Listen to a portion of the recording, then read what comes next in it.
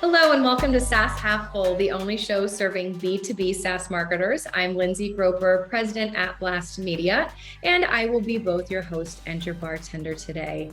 My guest today is Lisa Ames. She is the CMO of Norwest Venture Partners, and we're talking today about how to operate on a lean marketing budget, and more specifically, if you fell victim to budget cuts this year, which many of you did, how do you reallocate that? And how do you make the case for more budget when things start to go better? So if you'd care to, grab a drink and join me as I chat with Lisa Ames. Hey, Lisa, welcome to SaaS Half Full. Hi, Lindsey. Thanks for having me. I'm excited that you're joining me. We've been working over the past couple of weeks to nail down our topic. And I'm pumped today because we are talking about advice surrounding working on a lean marketing budget, and specifically for our listeners who are mostly SaaS marketers.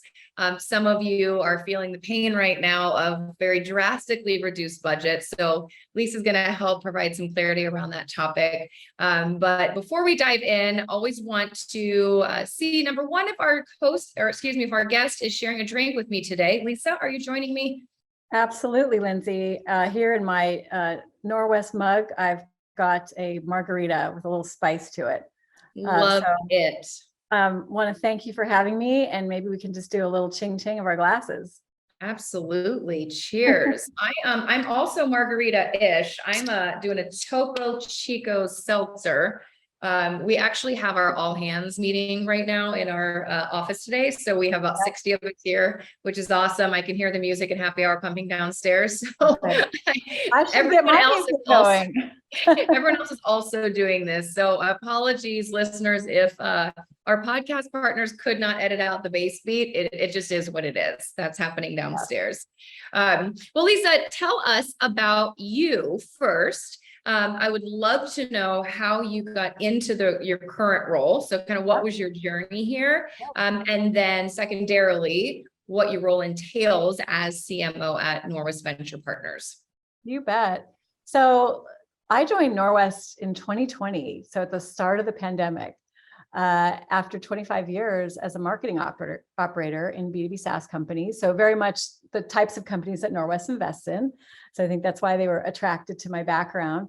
And I started out as an operating exec, which means that I leveraged those years of marketing experience to work shoulder to shoulder with our more than 200 active portfolio companies, with the hope of, giving them the scaffolding and the resources and the referrals and insights and business therapy that they need to become more successful faster. So I started there, and then over time expanded my role to take on the CMO duties, and responsible in that function for driving the brand strategy for the firm, elevating our investors, our portfolio services organization, and most importantly, the companies and the founders that we back. And I do want to note that you are Norwest Venture Partners' first CMO. So congratulations on that. I did take a look at the announcement around your appointment of CMO. And I did see that something stood out to me as an area that fell under a CMO, which was you are spearheading all of the ESG and DE&I initiatives for the firm. So talk to me about that, because I don't think traditionally that is where that lives. Absolutely. And it was such a unique and special opportunity for me to be involved in that. And I think the way it came about is, if you think about, like, part of building our brand is emphasizing our values. And so, taking on the ESG and DEI work, was a way to ensure that not only are we building future-proof companies as an organization, but we're attracting values-aligned founders. People who have a similar worldview to our own. And so although Norwest isn't an impact fund, we've, in our 60-year history, we've always believed in doing well by doing good. And we've been walking this talk for a long time, even before it was in vogue. And now we just have the opportunity to, bring it into a public view and hold ourselves accountable to driving real change. And I really believe, and I talked about this in my CMO blog, that big transformational change occurs from small yet consistent turns of the dial, and creating a steady drumbeat of action to back up the words and your point of view. So I'm really proud of the work we're doing on the ESG and DEI front. And I'm having a great time just being a steward of this aspect, this differentiator for the Norwest brand. Thank you for unpacking that for us. And last question before we dive into our topic is just a little more on Norwest. Why does the firm exist, and what's your focus? Yeah, so we are a global venture capital and growth equity firm. Got 12.5 billion in capital under management. Our most recent fund of 3 billion was raised in December of 2021. And we invest in seed to growth stage companies in 3 sectors: enterprise, consumer, and healthcare. And as I mentioned, a global fund, we make investments in the US, where we have offices, as well as India and Israel. Awesome. And there might be some portfolio companies who are listening today. I hope so. We got So, some pretty recognizable names, especially on the consumer side of the portfolio, and on enterprise. I wonder if anyone's be recording this via Gong, which is one of our enterprise portfolio companies.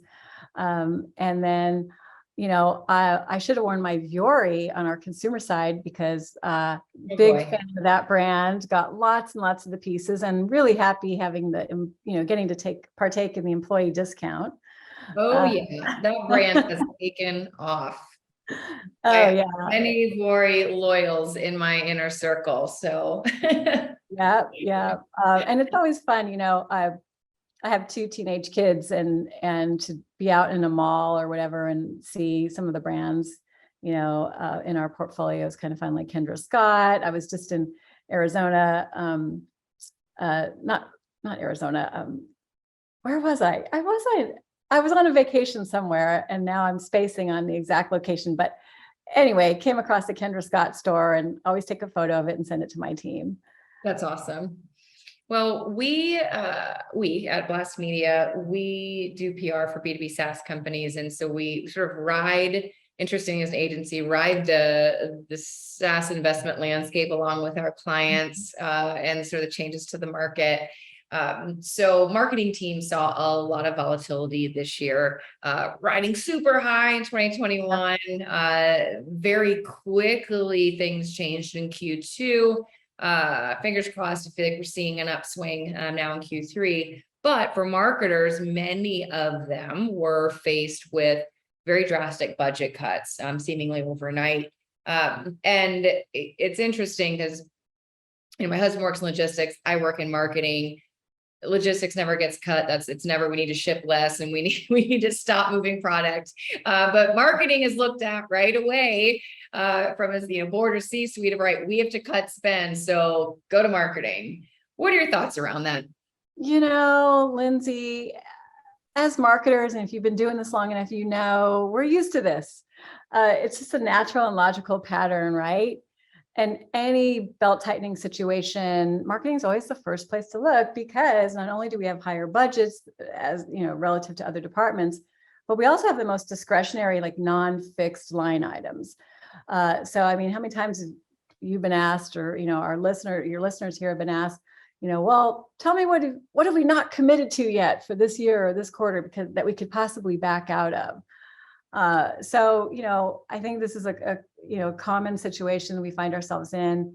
And the good news is, I think we all still have a lot of fresh memories from the steep but luckily short-lived decline or downturn that we saw during COVID. And so I think, and I hope that most folks were going to feel good about their cost-cutting skills at this point, that those skills are current and those muscles are strong, and they can apply them as needed in the environment that we're facing today. Well, if those skills are not sharp, or this is their first go around with it, what would be your advice as to the first thing a marketing leader should do? So you get out of a meeting, you're told we're reducing costs, you're impacted, and your budget, whatever's cut by X%. What's the very first thing you should do? Well, I'd say even before they come to you, be proactive. follow the public and private markets, read the temperature and the vibe of what's going on in your company and get ahead of it. Don't wait for your CEO or your CFO to come looking for you to give you a directive. Oh, hey, got to rework the plan.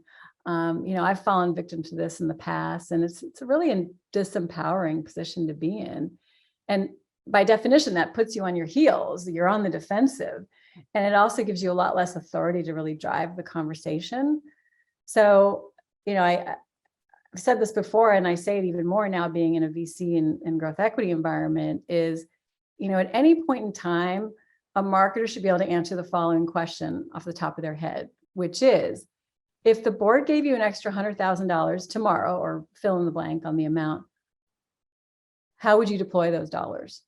And I'm always surprised at when marketers don't have an answer for this. It's grounded in a combination of past performance, strong rigor around metrics, and importantly, a strong relationship and alignment with the sales organization.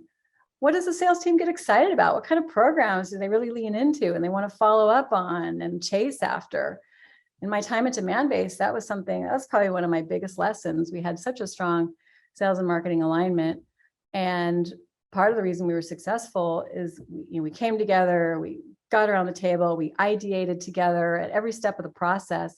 And so there was never a question of what action we wanted them to take and what these campaigns were about and what they were in service to and what the key messages were, because they were at the table with us every step of the way. And so, I'd say, know your data and be able to answer that question. If a board member or the CEO came to you and said, hey, got some extra money, how are you going to spend it? And part of knowing that is knowing what's not working for you, what are your channels that are underperforming, where are you going to lean in so that the business starts to become more predictable. As you put more money in the top, more money comes out the bottom. On the flip side, then, should marketers be able to answer the opposite of that, which is, should you always know if you're cut by 100,000, where would you cut? I think so. Yeah, because it's like knowing where you deploy extra dollars by definition assumes that you also know where you're going to pull dollars from, because you have that strong commitment to metrics and performance tracking, as well as, and it's not just about the numbers, right? It's all about like what's the vibe in the sales organization, and like what are our customers saying? Let's get in front of them and find out, and we can gather qualitative data to support what the dashboards are saying. Because we could have a whole separate podcast about attribution, but I think there is a tendency for people, especially at the executive level, to lean into, well, what can we measure? And therefore that must be where we should place our bets. And I would say that's not always the case. And to me, it's taking a worldview coming at the situation from that different altitude to say, well, if I take into account the investments I've made, the performance data I have, some of my past experience, and a little bit of my gut, when you blend all those things together, when you munge them together, which I think is a technical term, then I think you get the best view of what's really going on in the business. Well, for one, I'm happy to hear you say that you should not pull all the spend out of non-direct revenue generating strategies. Obviously, we're PR and we play directly into brand, but that does happen. Where if we can't draw a line to ROI, then cut it. And you and I could, I'm sure, make the same argument all day long, which is it is imperative that from a brand and visibility and perception standpoint that we don't go dark. Totally. I mean, it's debilitating for a business to all of a sudden have the perception of like, well, this ship's sinking. They're nowhere to be found, right? Where they pulled the plug on their events and their other brand spend and maybe it's their social or they're, not making announcements. But unfortunately that does happen. How do you suggest making the case? So, I mean, if you have a CEO who's very active in, or maybe it was be a CFO, but a CEO is very active in marketing, thinks they know marketing, who says, everybody's a marketer, Lindsay, don't you know that? That we have to cut anything that doesn't have a direct line of revenue. How do you combat that and make a case for keeping spend in other areas? I think a couple things. One, I think the zeitgeist can contribute. So, podcasts are all the rage these days. And, you wouldn't keep doing your podcast if you didn't believe that it was driving some benefit for your business. And luckily, a lot of people have that view right now. Everybody wants to get on the podcast bandwagon. So I think there's some tailwinds there that can help marketers make that case. I also think that, and I referenced this a second ago, but just the qualitative inputs that you get, and like whether it's comments and engagement you get via social, or you meet someone at a conference and they say, oh, I listened to that podcast and I really took a lot out of it, and then I told 3 friends. And even in my case, I developed a blog last year and a webinar on how to gain the confidence of your board as a marketer. And I put it out there and not much happened. So I figured, oh, whatever, maybe, that wasn't a hot topic. And it got a little engagement. It was, good for our portfolio companies. And then like a year later, one of our portfolio leaders who was new in the seat was, obviously trying to put her best foot forward. And she said, oh, yeah, I was getting ready for my first board meeting and I Googled how to, get the confidence of your board, and your blog came up. And she's like, I couldn't believe it. And it's not even like she went to nvp.com to look for that. She just Googled it. My blog came up and she was like, wow, this is a home run. I love Norwest. Norwest understands what I need and they deliver it. And oh, I'm a huge fan. So something like that, you can't measure, but it's such a powerful experience that she had and that she relayed back to me, and gave me confidence that that was a worthwhile undertaking. Yeah, that's great advice. So companies that you are helping, your portfolio companies, all shapes and sizes. But I do want to focus really more on maybe it's the smaller companies with the leaner marketing budgets. Maybe they have a marketing leader. Maybe they don't. Maybe that falls under more sales and revenue. But what general advice do you have when you have a lean marketing budget on how to distribute that budget in a way that's going to have maximum value? And I'm saying value over ROI. Because again, believer that not all marketing investments need direct ROI. So how do you distribute and allocate that lean budget in the areas that make the most sense for a smaller business at that time? I think the first part of that, just backing up a little, is to try to determine, is this the right budget to start with? Notwithstanding how I'm going to distribute it, but do I have the right number in front of me? And that's something I see a lot in our portfolio, where the companies will come to me and say, hey, here's what our budget is. Like, is this too much? Is this too little? How does this compare to our peers? And so that's sort of the first question I like to answer, is like, this even the right amount? So over the last couple of years, I've been benchmarking marketing investment across our venture and growth equity portfolios. And I've zeroed in on a couple of vectors that our companies can anchor to when trying to determine if am I above the line or below the line. And so looking at like ARR multiple versus total budget, so for example, if your new ARR plan for the year is $10 million, and your total marketing budget, including headcount, is 3 million, then your multiple is 3.3x, which would be in line with what I'd hope to see. In general, I like to see ARR multiples in like 3 to 5x territory. But that's not hard and fast, because your company might be in high growth mode, or you might have a lower velocity sales model, and so this might not pencil. And so that's why I like to consider other vectors too, so that people can triangulate and get a sense at the end of the day, oh, I think we're in about the right territory. So I also look at program spend as a percent of GAAP revenue. And here I like to see about 5% in the growth equity portfolio, about 7% for VC-backed companies. And again, you can marry this with the first to see, oh, am I above the line, below the line? And generally speaking, if you're above the line on all, you're probably in good shape. If you're below the line on all, maybe you need to take another look. And then finally, the breakdown of headcount versus program spend. I used to see, in the last probably 10 years, it was trending at like 50-50 when I think about the previous B2B SaaS companies I worked in as a marketing operator.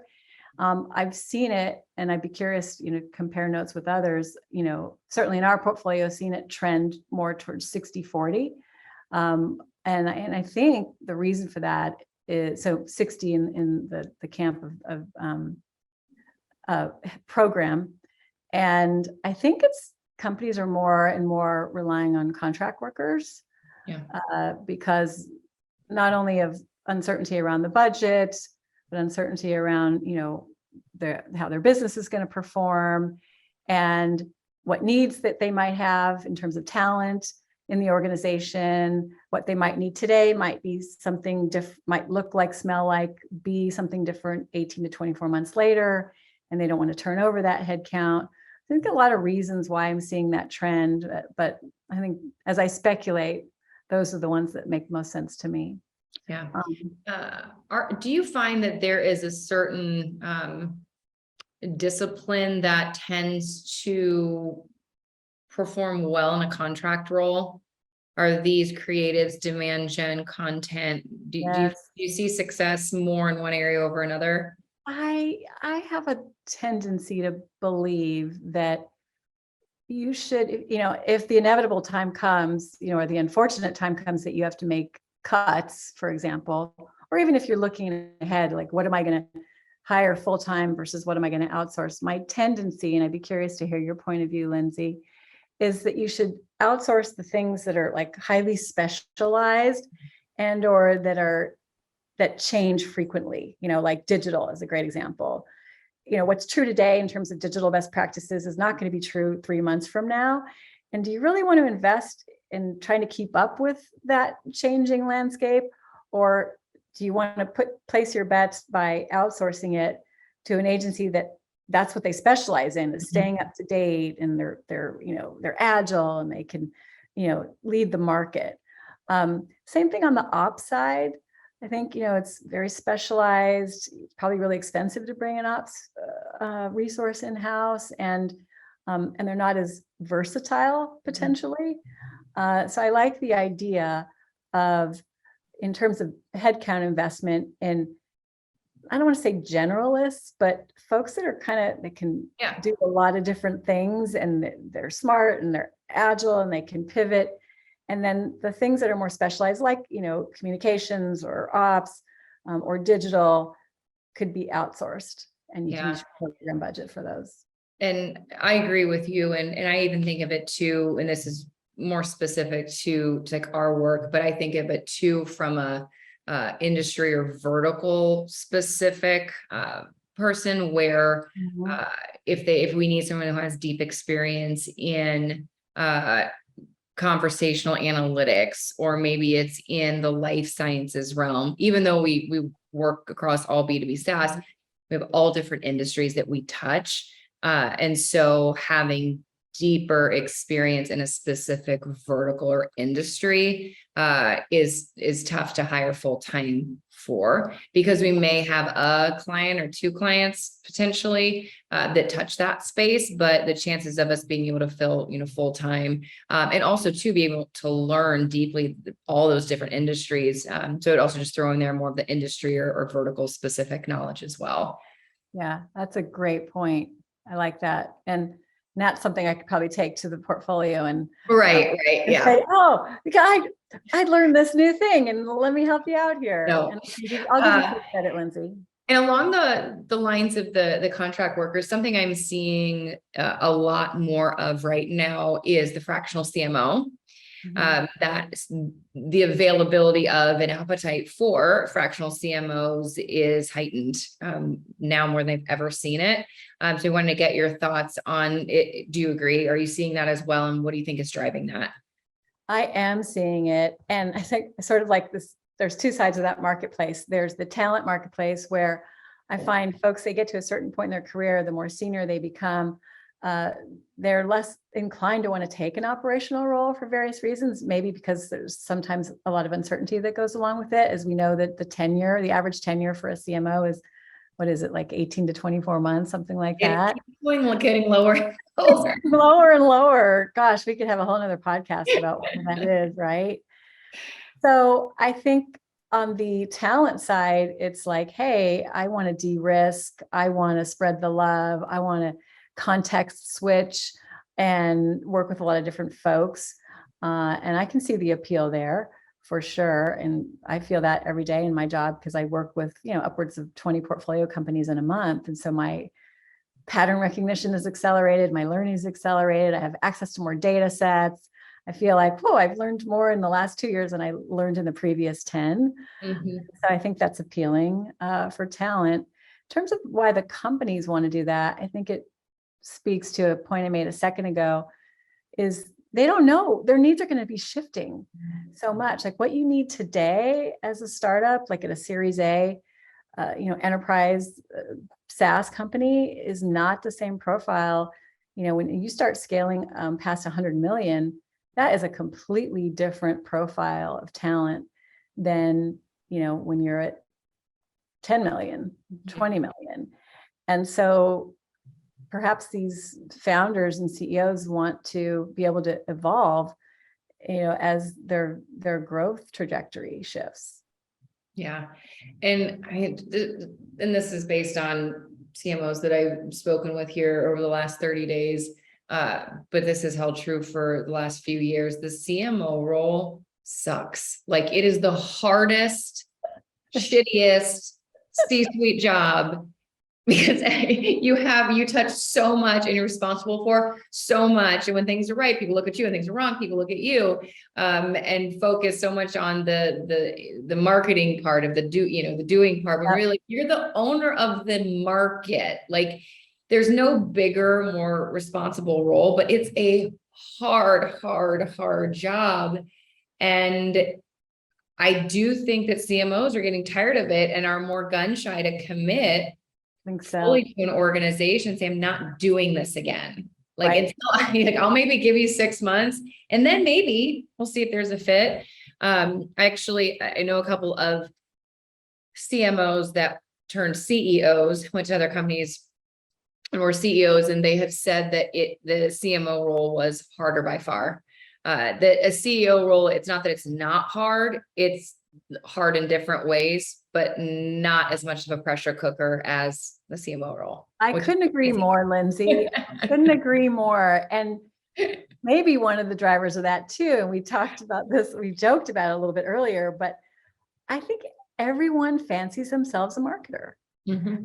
And they all think they can do it.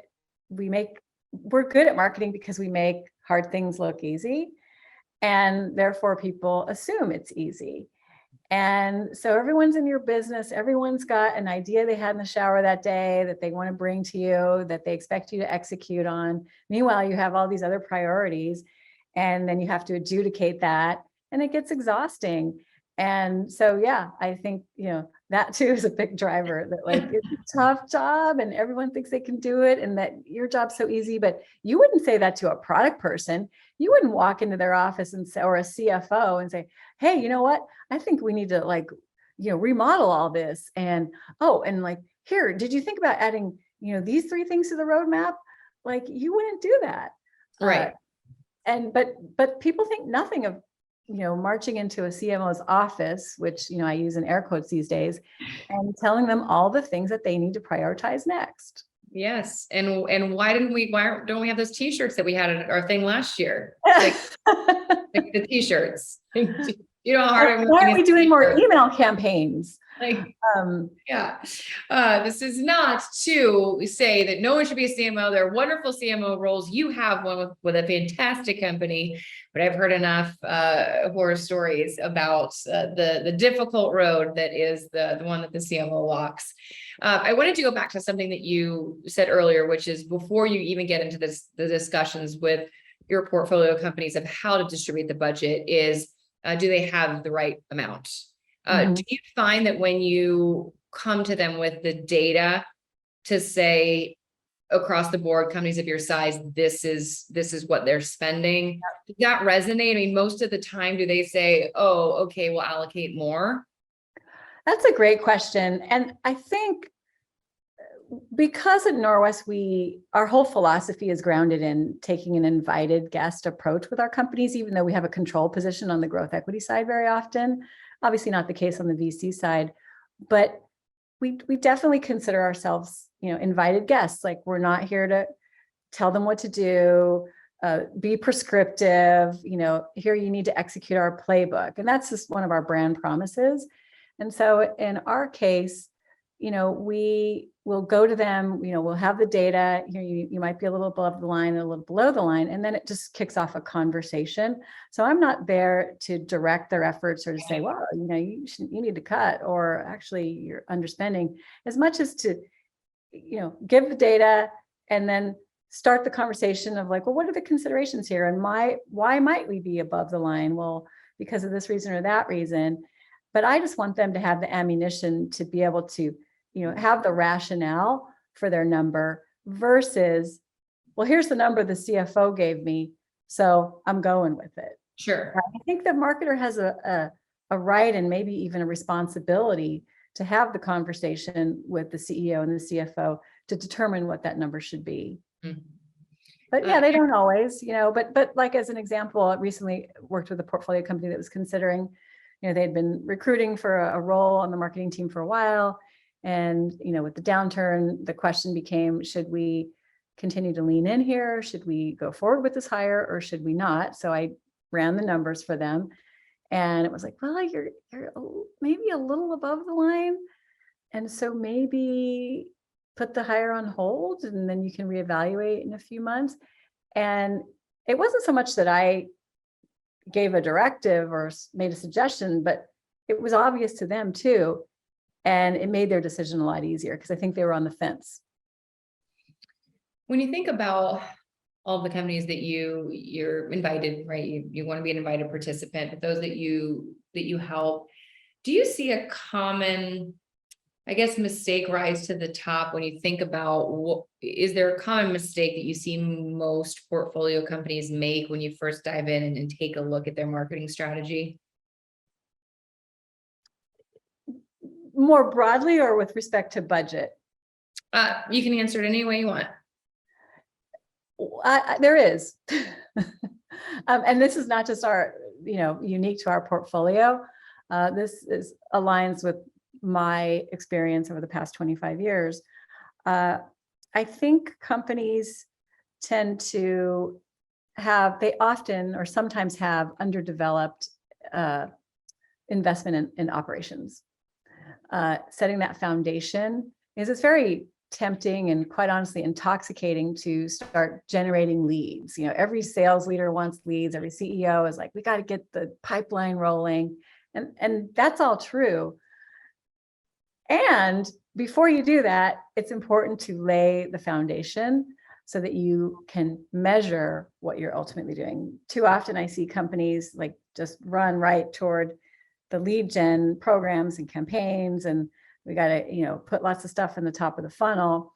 And then they're surprised a couple of years later when sales is pulling a set of reports that doesn't match what marketing's pulling. And then they're fighting about, well, who's doing what and who's driving this pipeline and revenue. And then they, as they look under the hood of the data, they realize, oh, yeah, we're not really tracking this the way we need to be by, creating a lead life cycle, and, creating the fields we need to track, conversion and velocity through the funnel. And then they find that they have to backtrack and try to re-architect something that could have or should have been built from the beginning. Sure. You had mentioned Gong earlier as a portfolio company, and there's certainly other, competitive tools in that that side of the house. Outside of course, a CRM as a baseline, what are other tools that you recommend, which could be MarTech or sales tech, but tools that you recommend as those initial software investments to help with the connecting the data, tracking analytics, etc.? Yeah. So of course, Salesforce, a CRM solution. A lot of companies are leaning into HubSpot, and all your Google Suite and And, one of the questions I get a lot because of my background, 4 years at Demandbase, is, well, when do we buy an ABM solution? And this is always a tricky one for me because obviously I'm a fan. I see value in investing in account-based marketing. I also think it can be tempting to convince yourself that you are executing ABM if you purchase an ABM solution.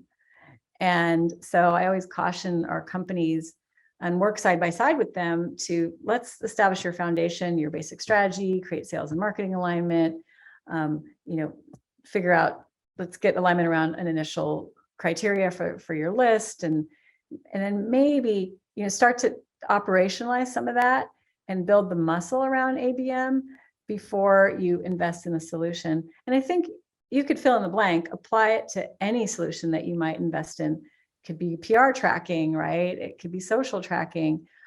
Just make sure you're leading with strategy and that you don't convince yourself that if we buy this tool, then we will be executing a certain type of program or initiative.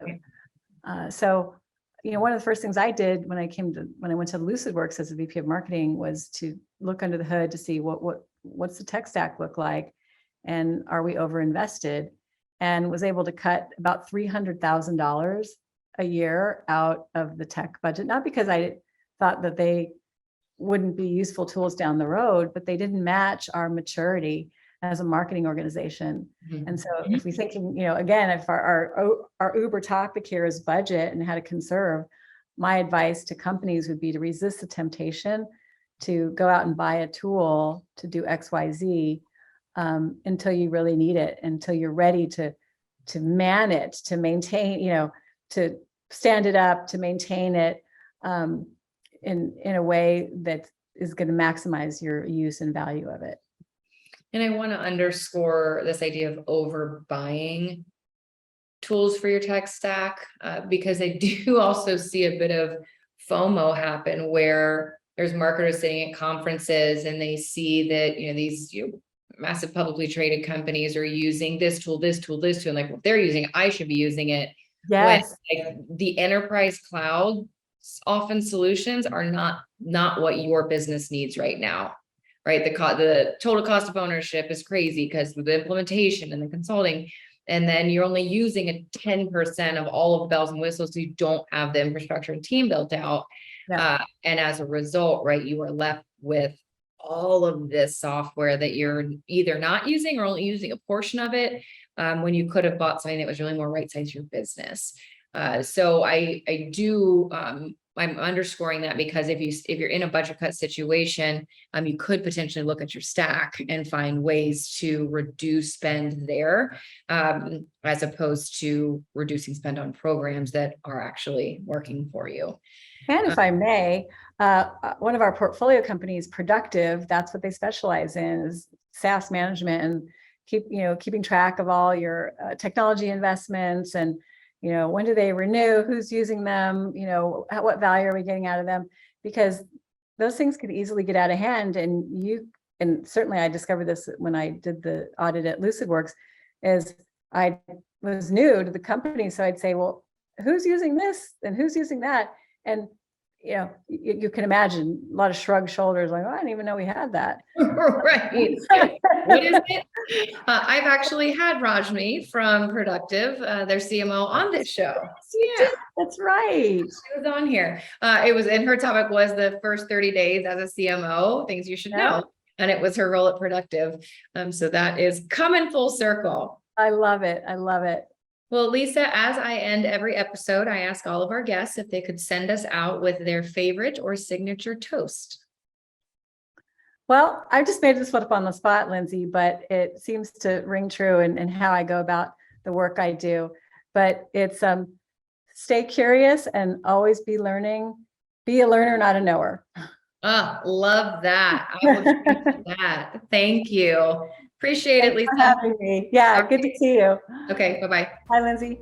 Thanks again to Lisa for joining me on SaaS Half Full. We took this conversation a few directions. Hopefully you found some value in it. I always appreciate the listen. Please subscribe, leave a review on Apple Podcasts if you're so inclined. But until next time, bottoms up.